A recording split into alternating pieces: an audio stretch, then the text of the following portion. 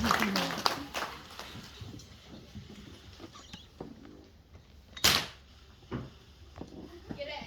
Let me tell you a story, lads, about the man from Snowy River. There was movement at the station, for the word had passed around that the colt from Orange Brett had got away. He had joined the Walbush horses. He was worth £1,000. All the cracks had gathered to the fray.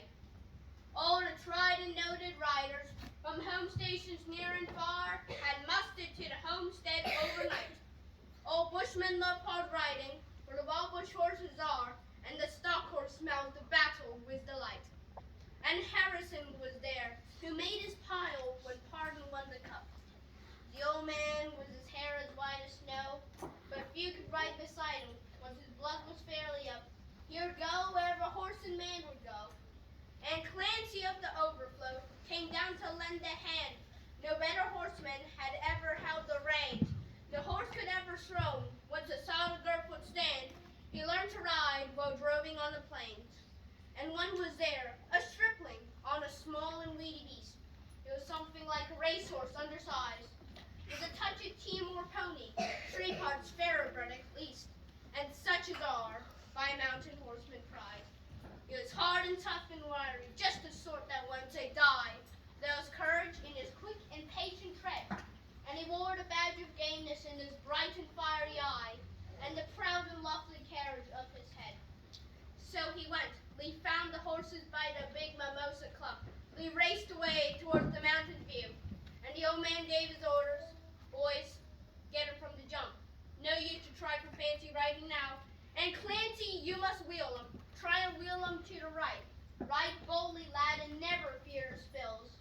For yet there was rider that could keep the mob in sight, if we gained shelter of those hills.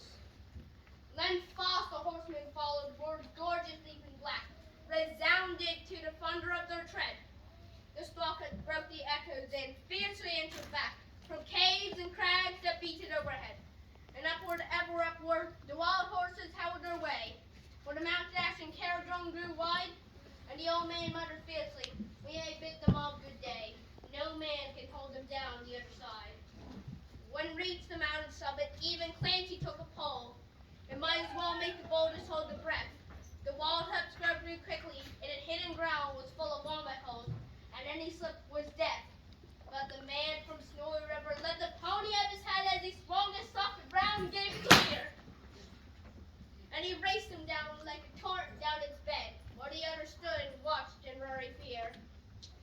He was right among the horses as they climbed the further hill, and the watchers on the mountain standing mute saw him ply the stalker fiercely. He was right amongst them still, as he raced the cluster clearing in pursuit. Lunley lost him for a moment where 2 mountain gullies met in the ranges, but a final glimpse reveals. On a dim and distant hillside, the wild horses racing yet, was a man from Snowy River at their heels. And he ran them single-handed till their sides was white with foam. He followed like a bloodhound on their track, till he holed and cowed and beaten, and alone and unassisted brought them back. But his hardy mountain he could scarcely raise a trot. His blood from hip to shoulder from the spur, but his pluck was still undaunted, and his courage fiery hot. For never yet a mountain horse occur, and down by Kosciuszko, where the pine-clad Regis raise and their torn battlements on high, where the air is clear as crystal, and the